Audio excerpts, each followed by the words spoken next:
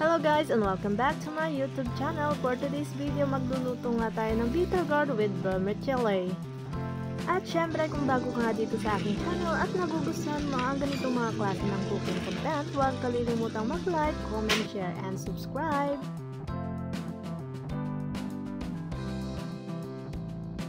Una na nga dito ay uunahin na natin mag-gisa ng bawang at saka luya. Ang full ingredients nga pala ay susulat ko na lang sa description down below para naman mabasa ninyo at makuha nyo ang tamang measurement. Isinunod ko na rin iginisa ang aking hiniwa na sibuyas.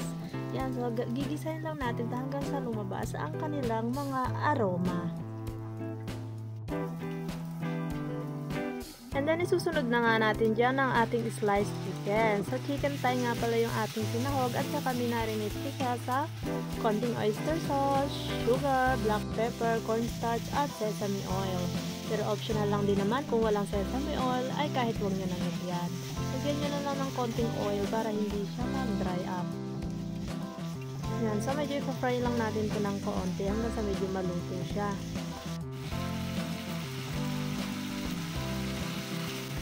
Ayan, kung okay na, lalagay na rin natin ang isa pang pampalasa natin ay ang tomato.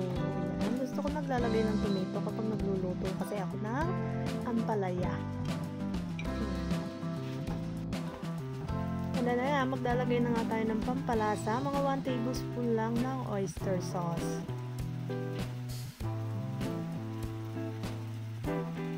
Naglagay nga din pala ako dyan ng 2 teaspoon ng chicken powder. And siyempre naglagay din tayo dyan ng black pepper. Haluin lang natin ito hanggang sa makombine ang kanilang mga nilagay natin na pampalasa. And then after that, ilalagay na rin natin ang ini-slice natin dyan na ampalaya. And siyempre haluin lang din natin ito.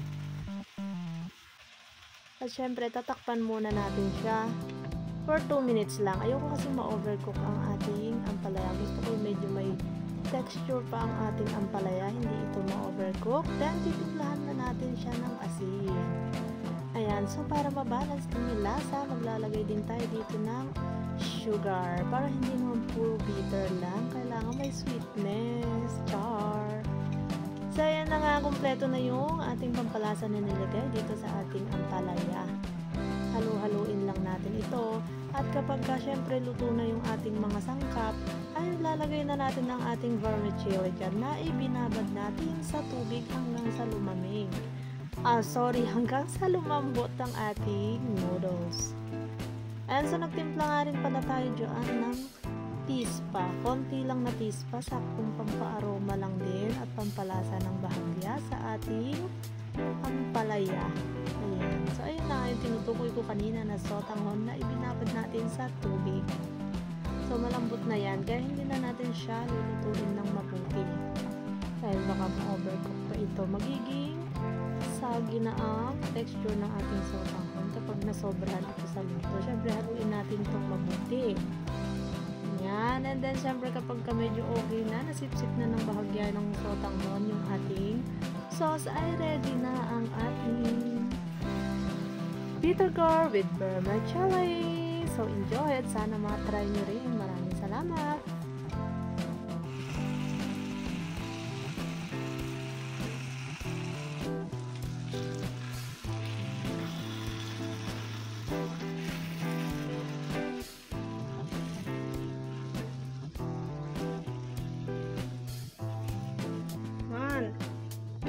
Lalo